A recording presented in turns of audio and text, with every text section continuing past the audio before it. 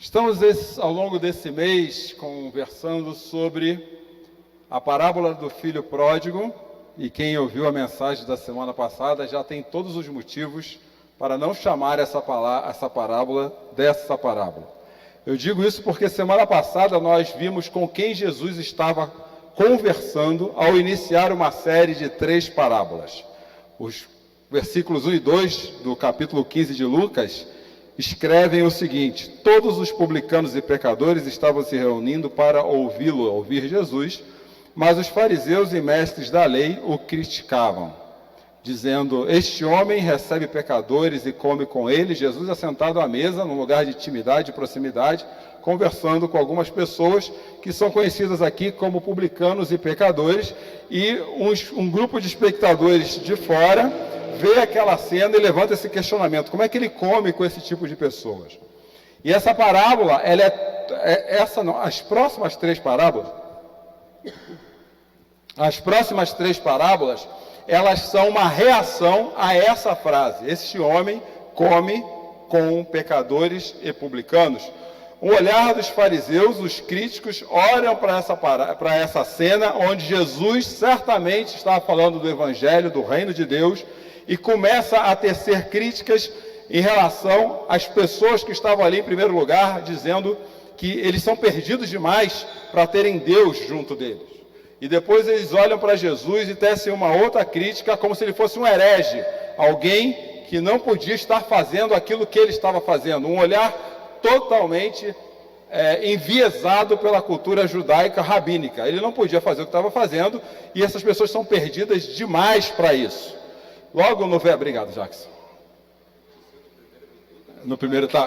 Torcendo no primeiro minuto, porque a coisa está feia mesmo. Era para a moto passar lá fora. A partir dessa cena, Jesus conta 3 parábolas. A primeira, de uma ovelha perdida. A segunda, de uma moeda perdida. E a terceira, de 2 filhos também perdidos. Então ele começa a falar de pessoas perdidas para se contrapor à visão dos mestres da lei e fariseus. E como eu também disse semana passada, quando nós ouvimos essa parábola, costumeiramente, por causa de uma religiosidade totalmente estrutural, nós seguimos aquilo que não é bíblico e está na nossa Bíblia, que são os títulos em negrito que constam no texto bíblico. Aqueles títulos são tradução do autor, ele não está no texto bíblico. Então, para nos ajudar a entender o que está acontecendo, eles colocaram aqueles títulos pretos na nossa Bíblia, em negrito. Só que eles estão totalmente enviesados pela visão de quem traduz. Mas o que é bíblico? É o texto corrido é bíblico. Inclusive, a Bíblia com número, versículo e capítulo data do século XVI, para vocês verem. Antes disso era texto corrido mesmo. Só que na visão do autor, ele tende a nos levar ao erro, dizendo que ali havia um filho pródigo, quando na verdade, nessa parábola, Jesus começa a falar contra aqueles que achavam que as pessoas que estavam ali com ele eram perdidas demais para que ele estivesse na presença deles. Jesus começa essa parábola do seguinte modo: havia um homem e 2 filhos. Então, na verdade, é a parábola de um pai com 2 filhos. Uma parábola onde fala realmente de esbanjamento, de ser pródigo é ser esbanjador, só que quem esbanja algo na parábola, à luz da mensagem da semana passada, não é o filho que sai de casa. Os 2 filhos, o que sai e o que fica em casa, ambos estavam perdidos. Quem lida com eles com esbanjamento é o pai, esbanjamento de amor. Porque dentro da cultura de Jesus, os filhos tinham direito a uma herança. Todos os filhos homens tinham direito à herança do pai.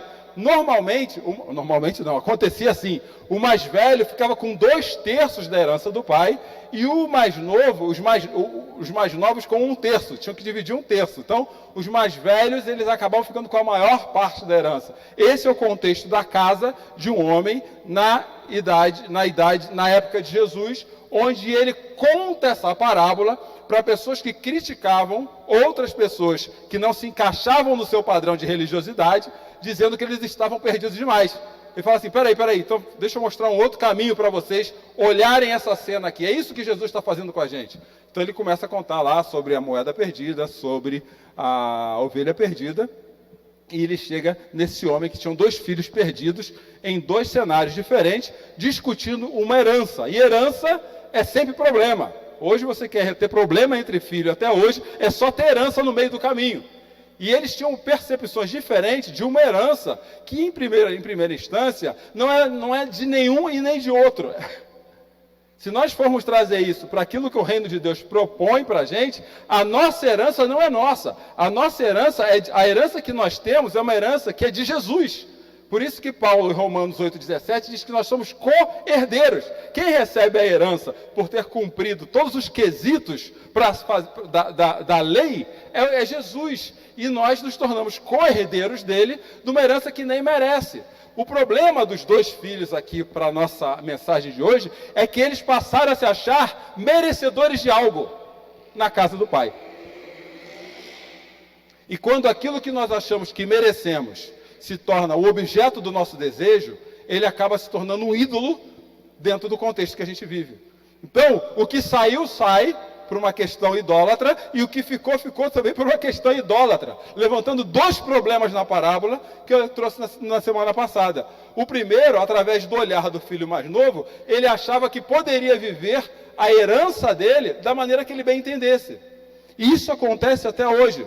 Nós colocamos na nossa cabeça um molde, uma forma, um modelo, um viés, dizendo assim, agora eu não sou o dono do mundo, mas eu sou o filho do dono, e isso me permite viver da maneira que eu bem queira. Mas eu também falei semana passada que herança denota responsabilidade. Quando alguém me dá um dinheiro, eu tenho uma responsabilidade com esse dinheiro, trazendo para um contexto atual. Se eu gastar demais, eu fico devendo. Se eu gastar de menos, eu fico perdulário. Perdulário é uma palavra complicada, né? Eu fico mão de vaca, tá? Então eu tenho que entender, fazer uma boa gestão daquilo que me é dado. E o filho mais novo, ele faz uma má gestão achando que ele pode gastar tudo aquilo. Essa é a cena que Jesus começa a pintar. Imagina um quadro e Jesus está pintando essa cena. Falou assim, olha, está vendo esse lado da cena? E existe um quadro de Rembrandt, inclusive chamado A Parábola do Filho Pródigo, que gerou um livrinho escrito por Henry Nouwen, que é um dos caras que mais influenciou a espiritualidade do século XX, falando sobre esse quadro e a parábola do Filho Pródigo. Não vende mais, talvez você ache aí um PDF dele, que ele faz essa leitura, ele fala assim, olha, esse quadro aqui que Jesus pinta, ele está falando na verdade de um pai que é pródigo em amar 2 filhos que estão perdidos, e um deles achava que poderia fazer o que quisesse com a herança que tinha, e nós não podemos. Quando Jesus nos dá a herança que Ele nos promete, que é a herança de viver eternamente com Ele, no reino dEle, no reino que Ele está trazendo, que Ele já trouxe e está trazendo, é meio confuso isso, mas é assim mesmo. Quando Jesus nos dá isso, nos transforma em co-herdeiros disso, Ele nos dá uma responsabilidade a ser vivida com isso também. Então nós não podemos viver do jeito que bem entendemos com aquilo que Jesus nos dá.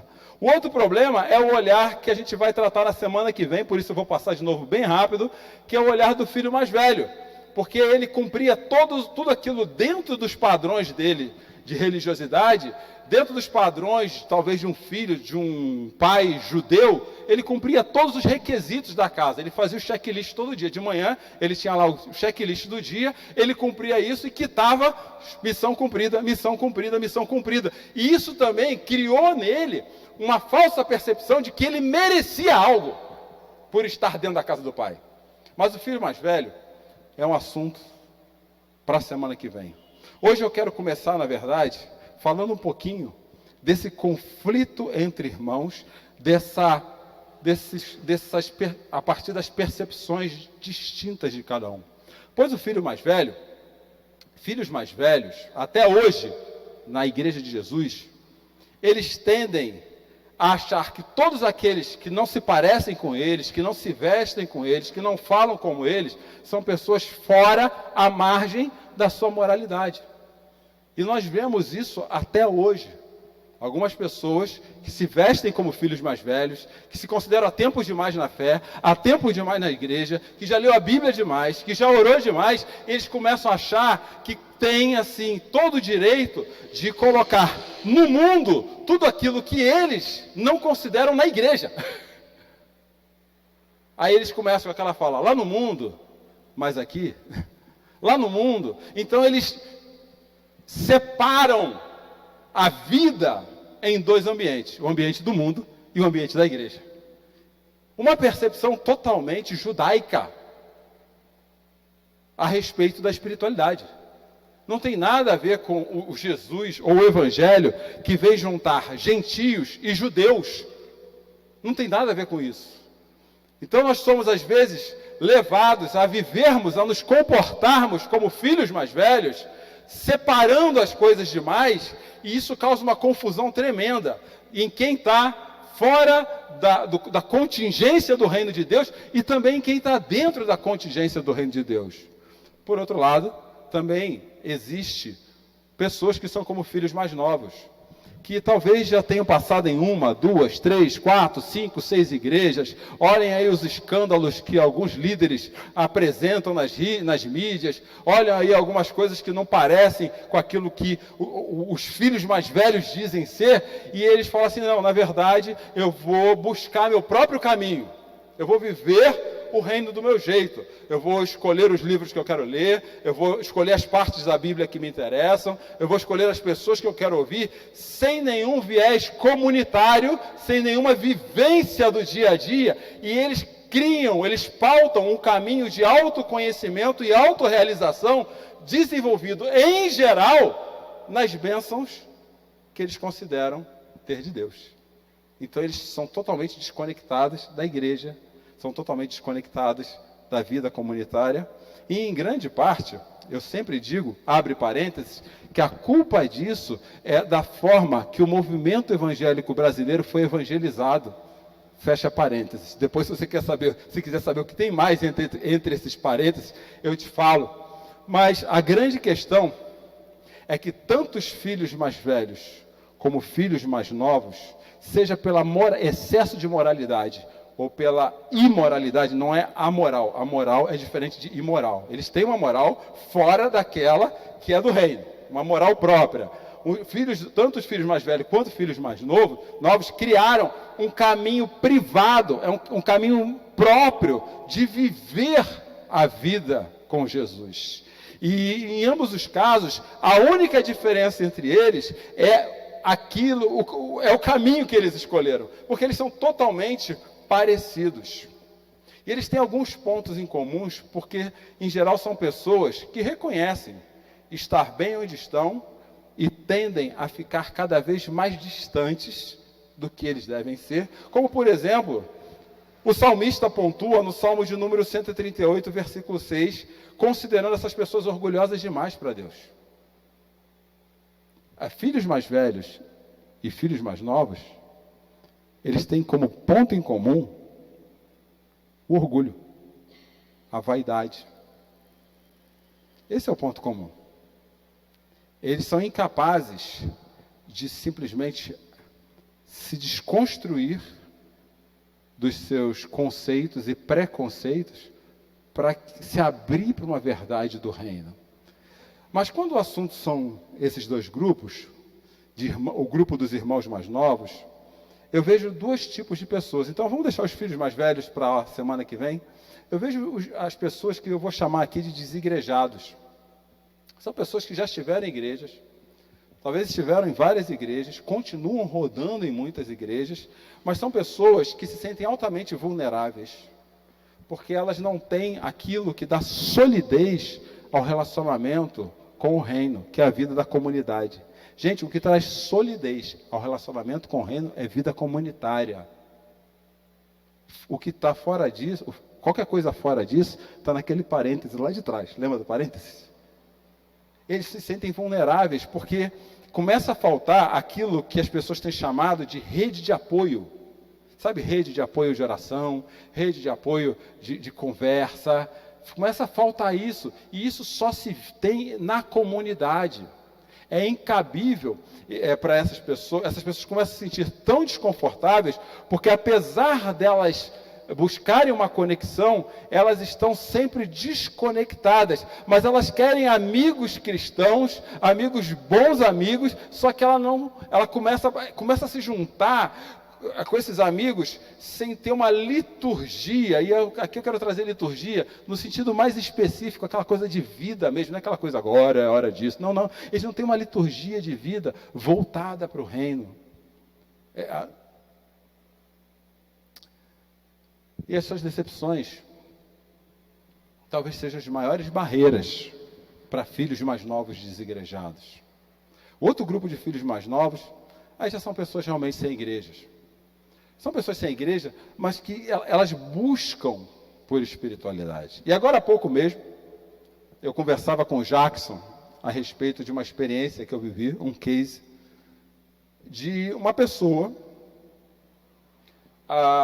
que está acompanhando um cara, vamos chamar de Delta, não vi nenhuma relação com a igreja, tem um monte desses aí, e às 6 horas da manhã ele faz uma devocional com a Bíblia debaixo do braço dele. Aí ele lê um versículo bíblico, e ele já devia ter entre seus 60, 70 anos. Ele lê um versículo bíblico e começa a falar o que ele acha. Aí esse cara me chamou a atenção, eu falei, pô, você tem tanta gente, ele tem 50 mil seguidores no Instagram, deixa eu ouvir esse cara, deve ter alguma coisa para dizer. Eu não sei se eu dei sorte, ou eu dei azar, mas quando eu comecei a ouvi-lo, a primeira frase que ele soltou foi exatamente essa. Existe uma diferença entre espiritualidade e religiosidade. Espiritualidade é algo que está dentro de todos nós, todo mundo tem. Mas religiosidade, vocês vão encontrar nessas instituições aí, que estão fazendo muito mal às pessoas. Filhos mais novos, sem igreja, que estão buscando mais se conhecer do que pertencer à comunidade do reino, seguem esses tipos de caras. Mas são filhos mais novos. São filhos mais novos que estão buscando realmente, estão dentro desse grupo de publicanos e pecadores que Jesus se reunia com eles para poder conversar. A questão é como nós lidamos com esses filhos mais novos, ou como esses filhos mais novos reagem ao evangelho do reino. E por isso nós vamos pegar exatamente o seguinte trecho da parábola do bom samaritano, que só está no versículo de 17 a 20. O filho mais novo, depois de ter pego a sua herança, ter saído de casa, vivido a sua herança do reino, sem responsabilidade, ele chega aqui nesse momento. Quando finalmente caiu em si, disse: até os empregados de meu pai têm comida de sobra, e eu estou aqui morrendo de fome. Vou retornar à casa de meu pai e dizer: pai, pequei contra o céu e contra a terra, contra o céu e contra o Senhor, e não sou mais digno de ser chamado seu filho. Por favor, trate-me como um de seus empregados. E então ele voltou para a casa do pai. Quais as verdades que eu quero trazer aqui? Quais os verdadeiros desejos por trás dessa fala do filho mais novo? Em primeiro lugar, quando ele fala assim, finalmente caiu em si, a palavra aqui é literalmente, ele tomou consciência do que ele tava, da besteira que estava fazendo. É isso que Lucas, essa palavra que Lucas usou nesse texto. Ele caiu na razão, falou, caramba, que besteira. Sabe aquela coisa? Que besteira que eu fiz. Olha só, o que eu inventei para a minha vida. O que me leva a crer que a atitude dele foi uma atitude totalmente impensada, impulsiva, impetuosa. Ele falou, não quero saber mais disso, estou saindo, usando a gíria da moçada aí, meti o pé e não quero nem saber do pai, não quero saber de ninguém, não quero saber mais desse negócio na minha vida não. Não quero saber mais de igreja, eu não quero saber mais desses papos de gente cristã. Eu não quero, eu vou embora, eu vou viver minha vida. E aí quando chegou lá, ele toma consciência. O autor Tim Keller, Philip Yancey, hoje Philip Yancey é um cara complicado de ler.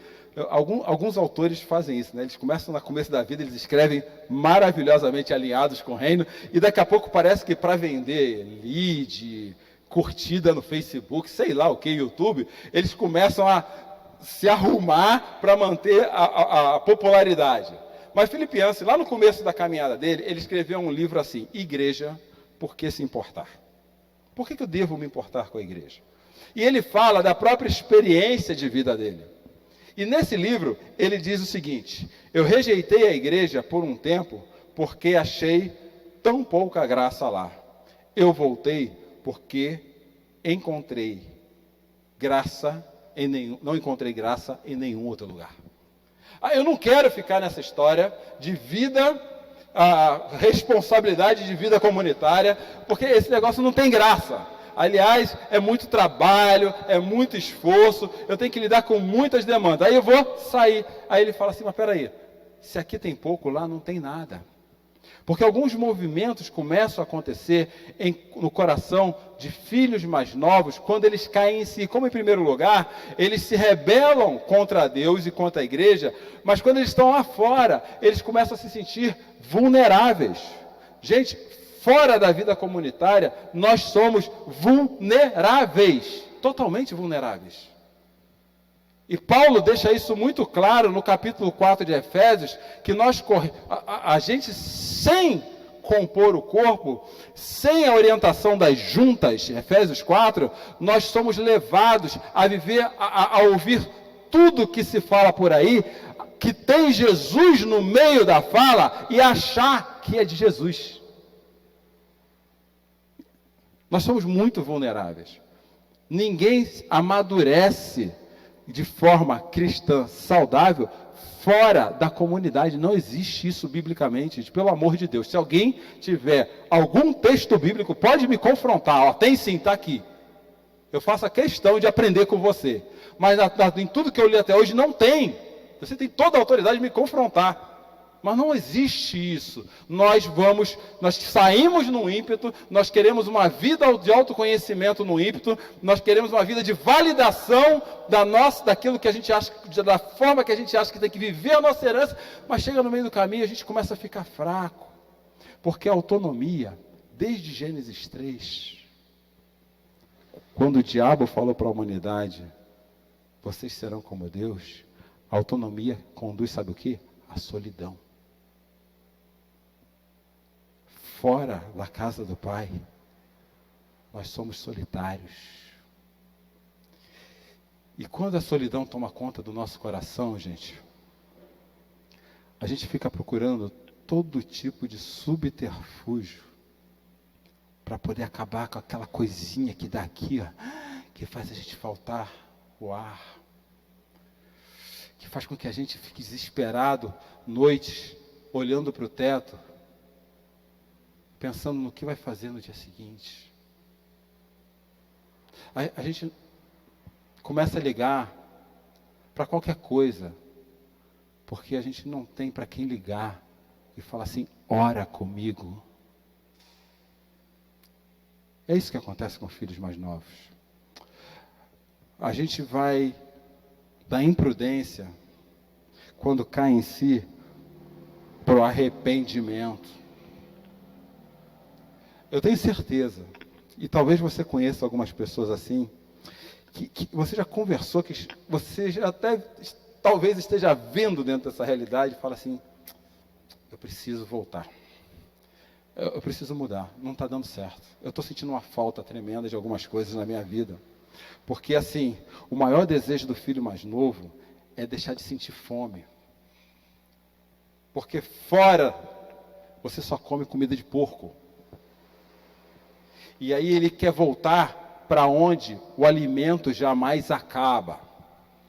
Porque onde o alimento jamais acaba, por pior que seja, sempre tem comida, porque o Pai dá em abundância. Eu tenho 4 sobrinhos queridos. Esse é o Xanxiri. Deixa eu apresentar a vocês o Xanxiri. Xanxiri é assim, ele é TDAH que nem eu, e o TDAH dele tem um grau de dislexia. Então tudo que ele fala desde pequeno é embolado. E um dia ele ainda era pequeno, foi numa festa dessas que crianças vão, que tinha aquela brincadeira de torta na cara. E aí na torta na cara, ele não sabia falar chantilly. Aí ele chegou pra gente e falou assim: tia, lá na festa tinha Xanxiri. Pronto, o apelido pegou, até os irmãos dele chamam de Xanxiri. Só que até hoje, sempre que ele fala alguma coisa, ele troca algumas palavras. Então, um pouquinho mais velho, ele foi falar madrugada, ele falou magrudada. Aí o Xanxiri virou Xanxiri magrudada. E na época que eu fazia jiu-jitsu, alguns lembram, ele foi tentar entender o que eu fazia. Em vez de falar jiu-jitsu, ele falou jiu-jitsu. Então ele virou Xanxiri, Magrudada, Jiu-Jitsu. E assim, hoje ele deve ter mais de uns 15 apelidos. E ele se diverte, ele não liga para ele se diverte muito. Aliás, se chama ele pelo nome dele, que é Otávio, ele buga, ele fala assim, mas eu sou Xanxiri, tio. Eu falei, é verdade, com 12 anos de idade. E recentemente, a gente estava com ele, e eu não sei nem se a dona Zenaide, minha sogra e meu sogro estão aí hoje. Ele falou assim, gente, nada na vida é tão gostoso como comida da casa de vó. Ele ama ir na casa da dona Zenaide. E ele fica lá, porque a comida da dona Zenaide realmente é maravilhosa. Quem comeu já sabe. E eu acho que aquilo que o filho mais velho sentiu falta foi dessa sensação de comer a comida da casa da avó. O filho mais novo, perdão. Ele queria comer a comida, ele sentiu falta disso. Só que o problema é permitir que na nossa memória afetiva da casa do pai, achar que a comida é a solução. Porque se a comida for a solução para matar a minha fome, eu vou transformar a comida num ídolo vazio, que em algum momento vai estar com tempero errado e vai me decepcionar. Porque essa é a questão que Jesus levanta nessa parábola. Não olhe para a comida, olhe para quem alimenta a sua boca. Porque quem esbanja amor é o Pai. E Tim Keller, num outro livro chamado O Deus Pródigo, ele fala, a beleza da memória de nossos passados são boas, mas se confundirem com o objeto em si, acabarão por se tornar vazias. A gente não volta. Filhos mais novos não voltam para a casa do pai porque tem saudade da comida. Porque se eles voltarem assim, eles vão rodar inúmeras igrejas procurando o pai. Filhos mais novos voltam para a casa do pai por causa do pai. Porque ele é que esbanja amor. E quando o pai esbanja amor, tem dia que tem picanha na mesa. E está tudo bem. Mas tem dia que só vai ter feijão, arroz e farinha. E está tudo bem. Porque o pai, ele fala assim, busquem em primeiro lugar o reino de Deus e a sua justiça, porque as demais coisas serão acrescentadas. Nós não voltamos. Quem volta para a casa do pai por causa da comida, nunca está satisfeita com a música que toca ali, com a pessoa que prega lá, com o fulano que falou alguma coisa que ficou atravessado na garganta como espinho. Quem volta pela comida é assim. Mas quem volta pelo pai, está com o pai, no meio da comunidade. Eles não têm problema com a comida, porque eles se resolveram com o pai. Filhos mais novos, todos nós, de alguma forma, todos nós, somos filhos mais novos. Porque Deus nos criou para viver no jardim dele. E a nossa rebelião nos afastou do jardim dele. Aliás, me veio agora na mente, e talvez vocês se lembrem, o que a serpente ofereceu para Eva? Comida. Esqueçam o pai e comam a maçã. Foi isso que a serpente ofereceu. A comida ficou tão gostosa para os olhos, para o paladar, que ela deu mais importância para a comida do que para quem fazia o fruto crescer naquela árvore. E aí ela se rebelou contra ele, a humanidade se rebela contra Deus, passamos a viver em casas de pais ilegítimos, porque nós saímos de casa, nós fomos expulsos da casa, não é isso que fala Gênesis capítulo 2, no final? Vocês não podem viver mais na casa do pai. E aí me sobra o quê? Pais ilegítimos. Na casa de quem que eu vou morar? Estou na rua, com as trouxas na mão, eu vou para onde? E nós começamos a viver na casa de outros povos, de outras culturas, com outros deuses, aí que Jesus morre pela nossa rebeldia e nos convida a nos arrependermos e a nos batizarmos, falando assim, esse é o jeito de voltar para a casa do Pai, porque se você foi criado para viver no jardim, você que se arrepende, se batiza em nome de Jesus, termina a vida na casa do Pai. E sabe o que é isso? Redenção. A redenção é quando filhos legítimos são resgatados da casa de pais ilegítimos, mediante Jesus Cristo, para voltarem para a casa do Pai legítimo. Jesus nos redimiu para que a gente possa voltar para a casa do Pai.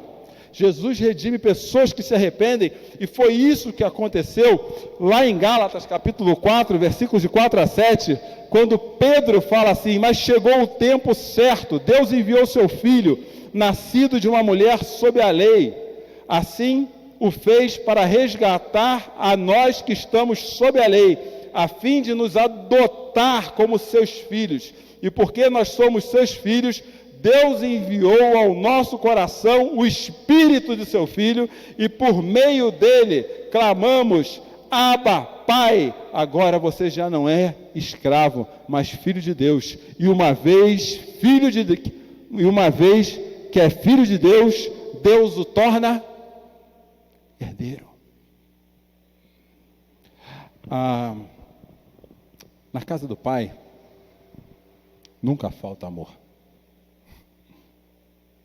Para quem se arrepende e para quem se rende. Hoje tem muita gente sofrendo porque está morando em casa de pai ilegítimo, achando que está fazendo a coisa certa. E é por causa da comida. O reino de Deus não é só comida nem bebida, mas justiça e... Me ajuda, né? Justiça e paz.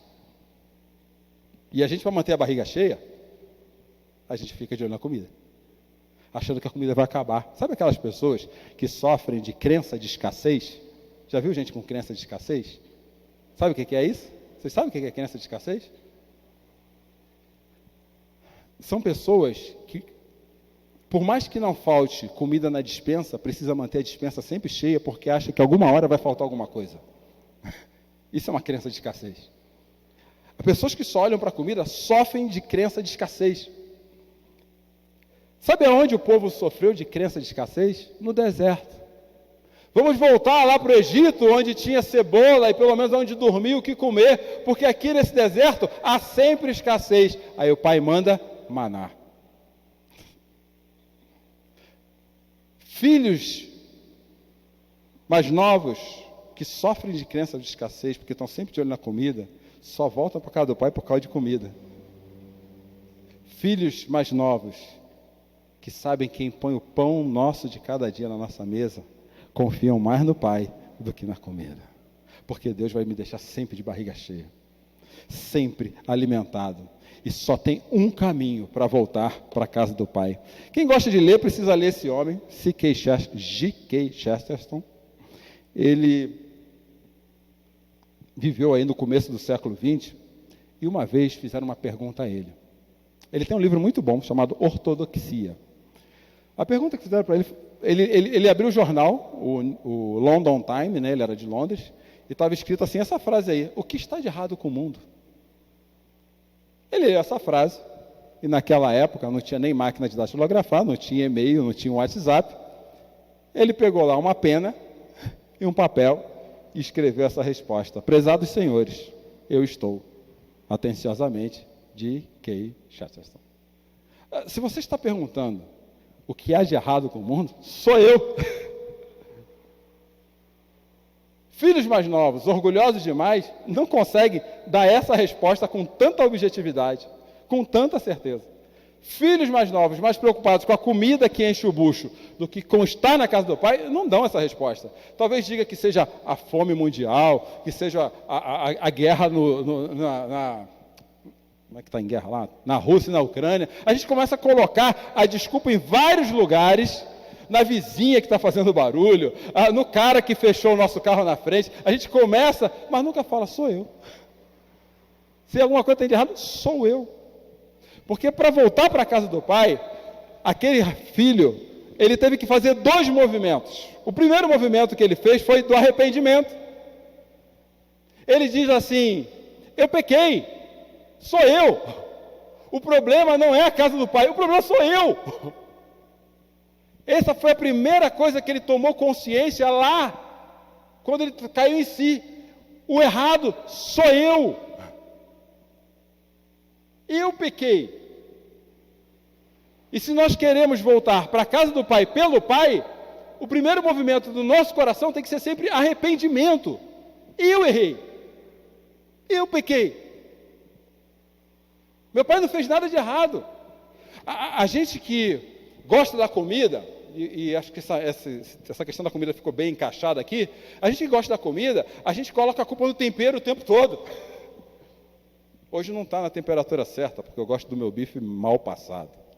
Está tostado demais. A gente que olha para quem serve, fala assim, o bife está maravilhoso sempre. Porque é o pai que coloca o bife sobre a mesa. Por isso que Pedro vai falar, lá em Atos capítulo 2, versículo 37 e 38, para um monte de judeus, como aqueles mestres da lei e fariseus, depois dele explicar tudo isso que eu estou explicando para vocês aqui hoje, alguém levantou a mão lá, Pedro, peraí, tá, eu entendi tudo, que Jesus é o Salvador, que Ele é o Messias, que Ele vai nos levar para a casa do Pai. Aí o texto diz assim, mas o que eu preciso fazer agora? Essa foi a pergunta, o que eu preciso fazer agora? Aí Pedro não tinha microfone, né? Acho que Pedro berrou com aquela voz de querubim lá no fundo. Vocês devem se arrepender para o perdão dos seus pecados, e cada um deve ser batizado. E mais, em nome de Jesus, então receberão a dádiva do Espírito Santo. Vocês querem saber o que faz com isso? Com o Evangelho, se arrependa. Quer voltar para a casa do Pai? Se arrependa. Não bota a culpa nos outros. Eu conheço até um grupo de pessoas, e a gente é bom nisso, que arruma desculpa o tempo todo para não se batizar. Eu não posso, porque lá em 1922, eu estava de olho naquela menina. Eu não posso, porque quando eu era criança, eu roubei cinco cruzados reais. Lembra do cruzado, seu Otávio? Cruzado, o senhor lembra, né? Cruzado, aquele dinheiro cruzado. Conto de réis, lembra o conto de réis? Lembra do conto de réis? Quem lembra do conto de réis? Lembra, Reinaldo, conto de réis? Vocês estão me zoando. Lembra assim? Para comprar um docinho, que eu estava ali na esquina, eu gostava tanto daquele docinho, eu roubei R$5 da minha mãe. Aí a gente começa a arrumar desculpa. Só que a gente esquece de Jesus falar assim, quer voltar para a casa do Pai? Venha como você está, arrependa-se, batize-se. Porque como Paulo escreveu em Colossenses capítulo 2, toda a dívida será posta na cruz. Para de arrumar desculpa. Para de arrumar desculpa. Foi esse o primeiro movimento do filho mais velho. E deixa eu abrir parênteses aqui. Essa semana eu recebi um áudio de uma das nossas professoras que tem se dedicado às crianças aqui no Galpão. Eu preciso dar esse depoimento para vocês. É pena que aqui não tem muitos pais. Os pais estão viajando. Mas deviam ouvir isso. E depois você marca lá 38 minutos da mensagem, o Cláudio falou isso. Elas fizeram uma dinâmica a semana passada, no outro sábado aqui, com vários adolescentes nossos. Eu não sei, eu confio plenamente em todas as pessoas da equipe que trabalha para o reino ao meu lado. Plenamente. Fizeram. E chegou na quarta-feira, uma delas me mandou um WhatsApp, falou, Cláudio, teve uma pergunta, eu não vou saber reproduzir, tá? A pergunta foi mais ou menos assim, o que você sente mais falta, o que você gostaria de mudar na sua vida? Era algo assim. Aí aquela professora falou assim, Cláudio, nenhum falou que é Jesus. Nenhum falou que é melhorar seu relacionamento com Jesus. A gente precisa começar a batizar esses adolescentes, urgente. Aí eu peguei a meia-culpa, eu falei assim, onde que a gente está errando? A gente prega o evangelho todo domingo nessa igreja. A gente... E assim, não é só batizar, não teve Jesus em nenhuma fala, é um pouco para você entender a abrangência. A gente prega o evangelho, o método que é usado aqui no Galpão é um dos melhores métodos de educação infantil, eu tenho certeza que tem Jesus no meio. Aonde que está o erro? E sem querer terceirizar e nos tirar dessa autorresponsabilização, fala assim, me veio uma pergunta, será que os pais têm mostrado para os seus filhos realmente quem é Jesus?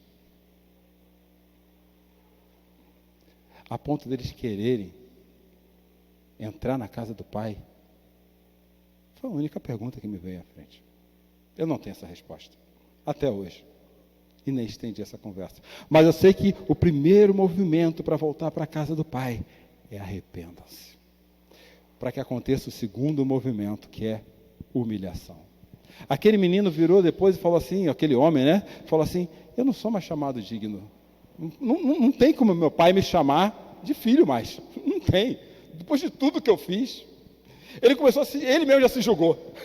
Eu não tenho mais, não dá para ser filho. Depois de tudo que eu fiz, querer viver a vida que eu quis viver, fora da casa do pai, não tem jeito, acabou. Mas se ele me aceitar como escravo, está valendo, porque pelo menos lá tem comida. Ele se humilhou. E também não tem como voltar para a casa do pai sem fazer esse movimento. Não tem. Ou então eu volto lá no Salmo 138, onde o salmista diz que Deus resiste aos orgulhosos. A casa do Pai não é a casa de comer, é a casa do Pai que serve a comida. Se eu quiser voltar para a casa do Pai, eu preciso. Se eu quiser entrar na casa do Pai, se eu quiser achar que eu tenho algum direito de alguma coisa na casa do Pai, eu preciso me arrepender. E eu preciso me humilhar. Como Pedro fala, humilhem-se sob o grande poder de Deus. Não tem jeito. A casa do Pai não é uma casa que a gente entra de cabeça erguida. Como muita gente bate no peito aí. Eu entro de cabeça erguida, porque não, a casa do Pai é a casa que a gente entra de cabeça baixa. Em postura de obediência. Não tem jeito. Porque os primeiros passos para voltar para a casa do Pai são arrependimento e humilhação. Quebra seu coração hoje e volta para a casa do Pai. Quebra de verdade. Derruba o que está te segurando hoje, em nome de Jesus. Porque o Pai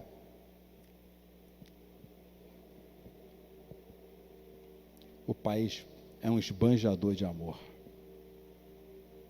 Antes do filho abrir a boca, o Pai correu para abraçar, lembra? E o Pai está aqui para te abraçar hoje. Para de achar que você tem que pagar a conta que Deus não te cobrou, porque a conta já foi paga na cruz. Vem para a casa do Pai, porque foi na cruz que a festa começou. Eu gosto muito do texto do profeta Isaías, capítulo 35, quando ele fala assim, até tem uma música muito bonita que a gente canta aqui que fala disso.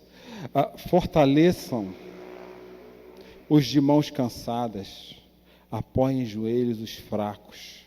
Quando ele vier, abrirá os olhos dos cegos e os ouvidos dos surdos. Os aleijados pularão como o cervo, e os mudos cantarão com alegria.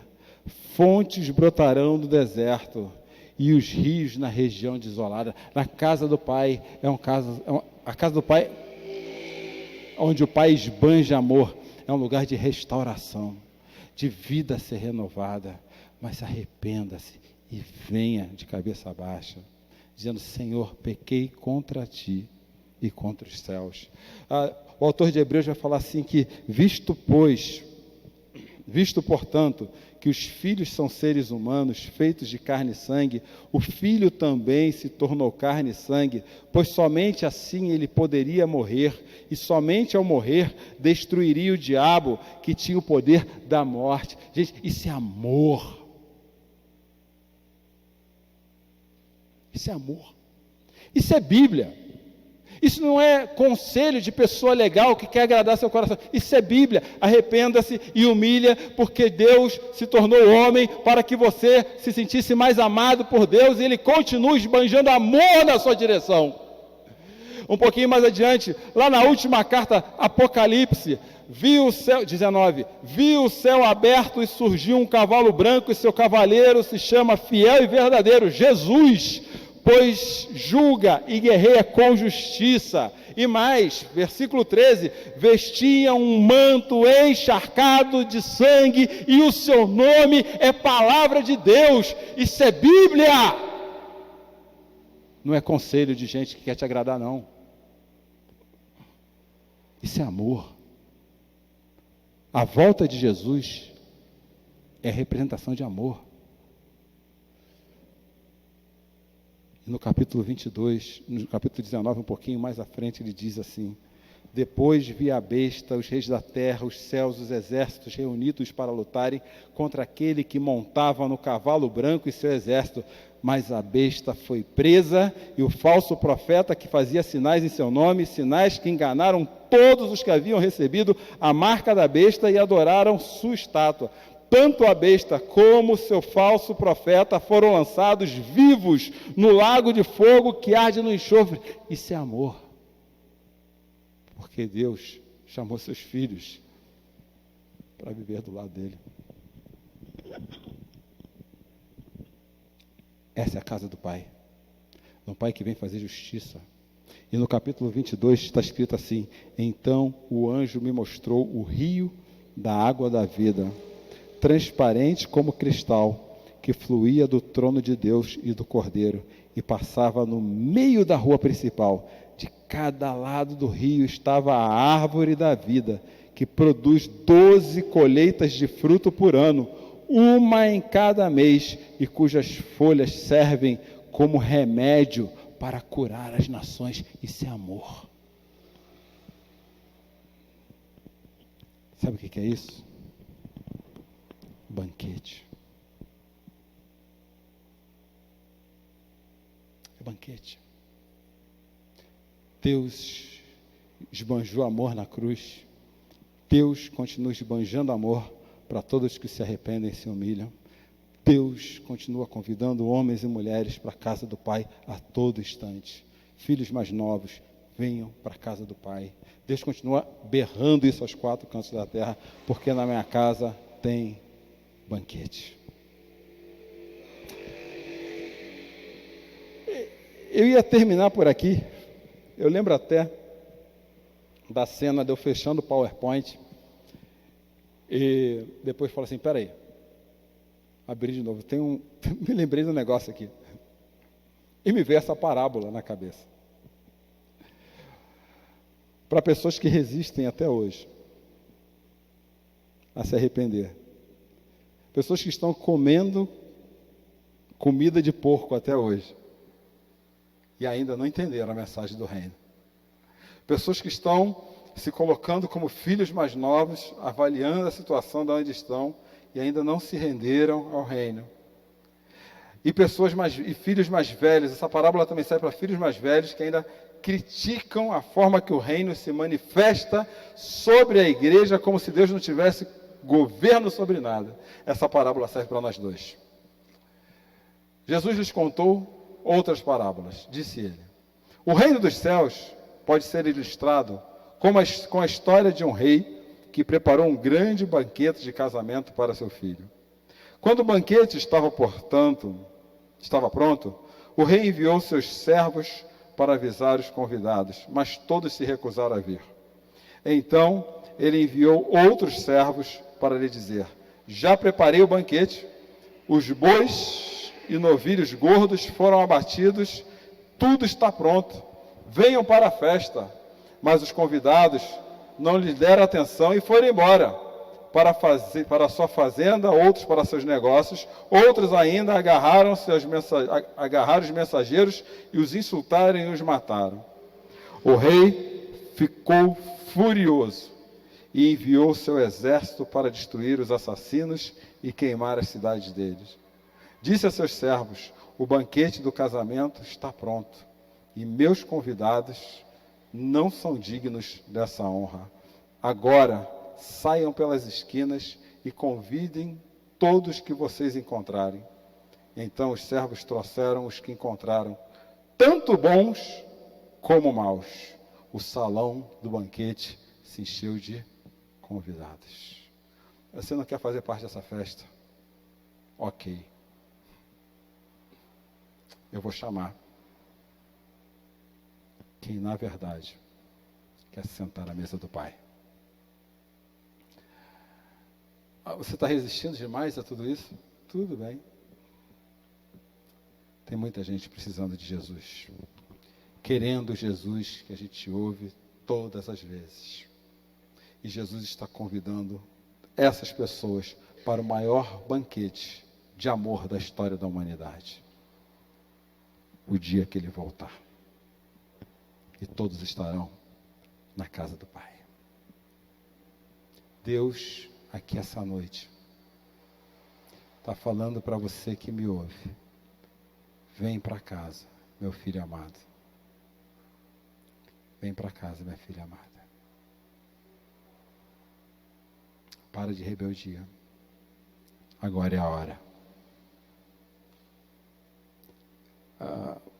Você não faz ideia de como será seu dia de amanhã. Mas hoje, você ainda pode voltar para a casa do Pai. Vamos orar?